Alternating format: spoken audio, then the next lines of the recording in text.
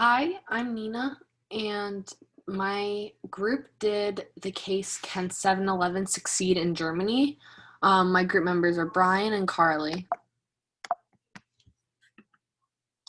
So, some fun facts about Germany. They were the first to take part of daylight savings time in 1916. They have the largest population in the European Union with 83,157,000 people. Almost one-third of the country is powered by renewable energy. They are the first magazine ever launched in 1663 in Germany. 65% of the highways in Germany, called the Autobahn, do not have a speed limit. University is free for everyone, and there are over 300 different kinds of bread in Germany. So for the economic environment, per capita income as of 2020 was 45,733. GDP as of 2020 was $3,803,010. Average wage as of 2019 was $58,421. Unemployment rate as of 2019 was 3.1%, and February 2021, 4.5%.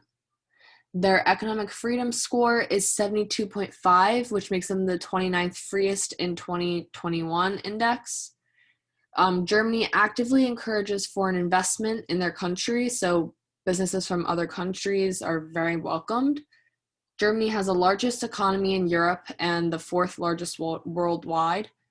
Germany has a mixed economy, and its success is mainly due to exports of high quality manufactured goods, duty-free movements of goods, and geographical advantages.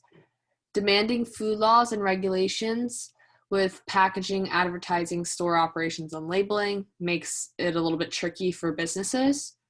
High labor costs are common, partly caused by high standard of living and mandatory benefits. And the employers in Germany pay for half of the contributions for health insurance, unemployment insurance, and retirement benefits. So for the cultural environment, German is the official language of 5 countries, including Germany, Switzerland, Austria, Luxembourg, and Liechtenstein, and their alphabet has more than 26 letters. 95% of people in Germany speak German, but English is also widely spoken in Germany.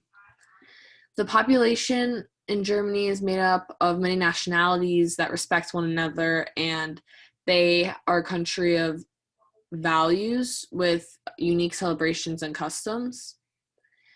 German clothing is typically Western, however, each region has their own traditional costumes that are typically seen during carnivals and festivals.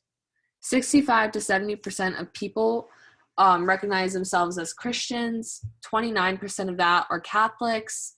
Muslim people are a minority of 4.4%, and 36% of the population does not identify with any religion at all.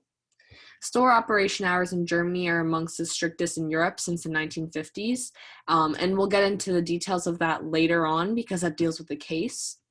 Single-person households are rising, and more working women are common there.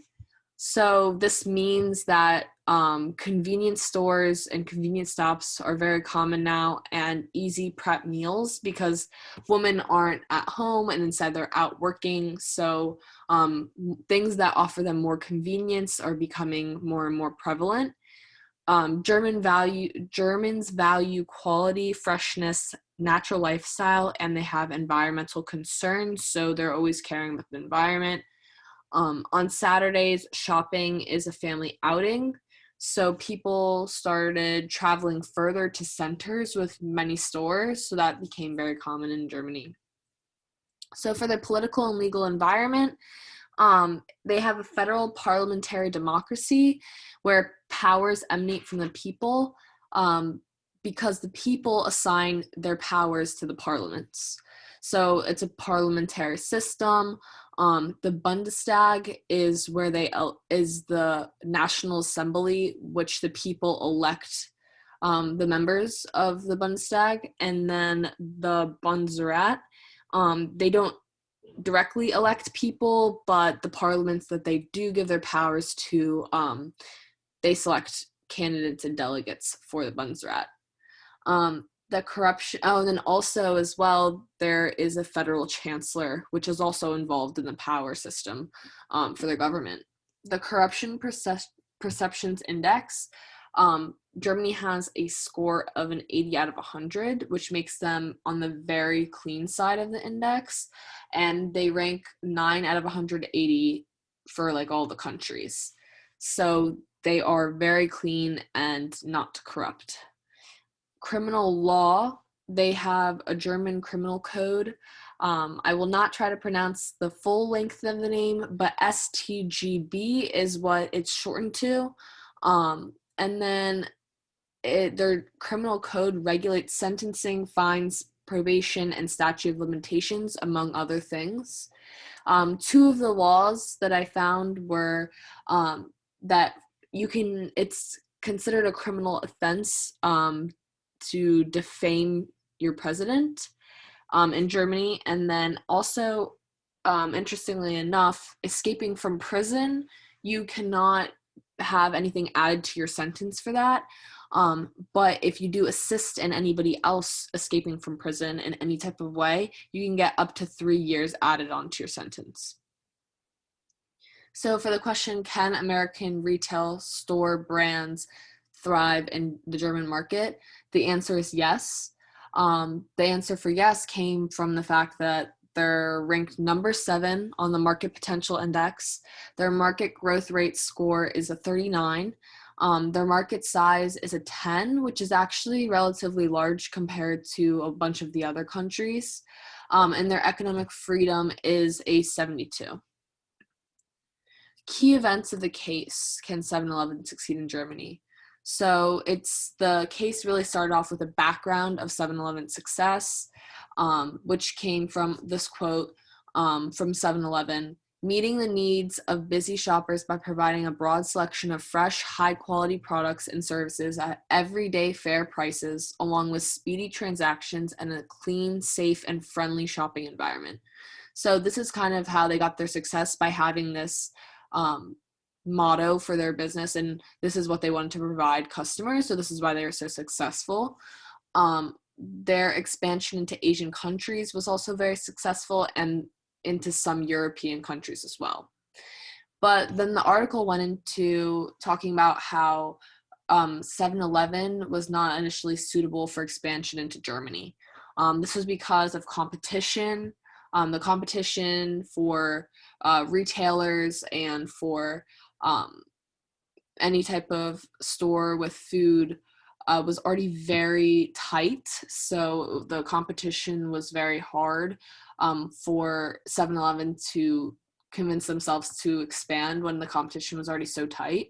The hours of operation were also extremely tight. This is due to a law called the Draconian Law, and this made it that at 6 p.m. on weekdays, businesses had to close, and then 2 p.m. on Saturday, they had to close, and they could not be open on Sundays.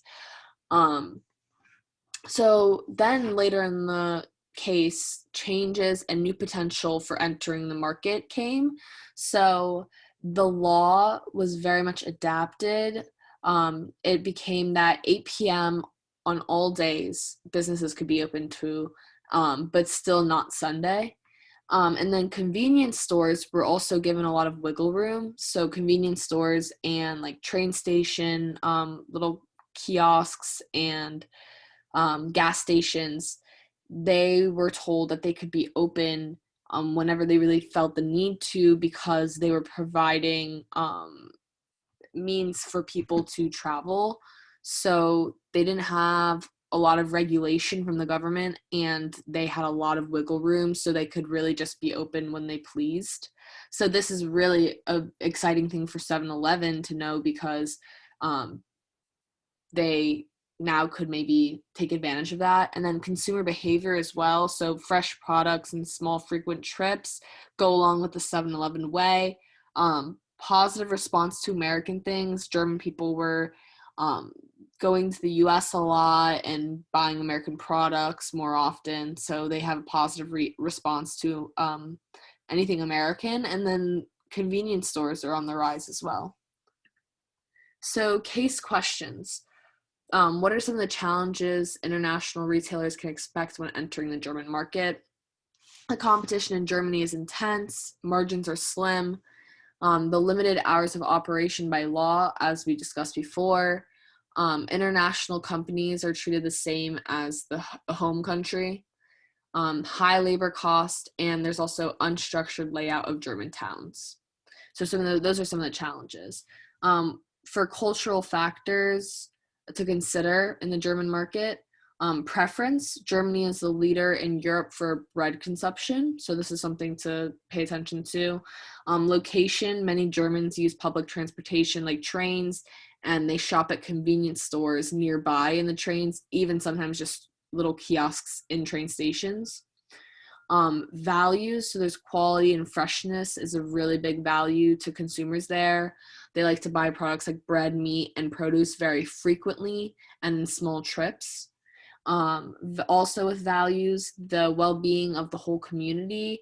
So they shape employee lifestyle to allow substantial free time for things like religion, hobbies, contemplation, and relaxation. And then languages. So they mainly speak German, but there is an increasing emphasis of learning English in Germany. More case questions. Is a concept of American-style convenience stores like 7-Eleven viable in the market in Germany? The answer is yes. American convenience stores offer all products that are in high demand in Germany, such as like bread and things. And if they just abide and adjust to German laws, they can really succeed. Convenience stores are fast growing retail formats in Germany. They're very much on the rise. So this is really exciting for 7-Eleven. With an increasing number of single person households and women in the workforce, food consumption trend has shifted to doing quick meals and increase the frequency of consuming convenience goods. So again, a very good sign for 7-Eleven. If 7-Eleven were to enter the German market, what retail market entry expansion strategy would you recommend? So for 7-Eleven, we recommend the chain acquisition strategy. With this strategy, 7-Eleven can acquire another convenience store and operate a larger number of stores in more locations. And they have done this strategy in Canada already, and they've been extremely successful. They operate about 14,000 stores in total in both countries. The companies can work together and create the best strategy to be successful with this strategy. So for case takeaways, Germany's stores are operated differently than American stores due to their different values and laws. Their hours of operation are much shorter, and they value quality, freshness, and the well-being of the whole community. Convenience stores are on the rise in Germany, and due to more single-family households and women in the workforce, U.S. companies like 7-Eleven can be successful in Germany if they adapt their business operations to abide by German laws and meet the needs of the people. So that's it for our presentation. Thanks so much for listening.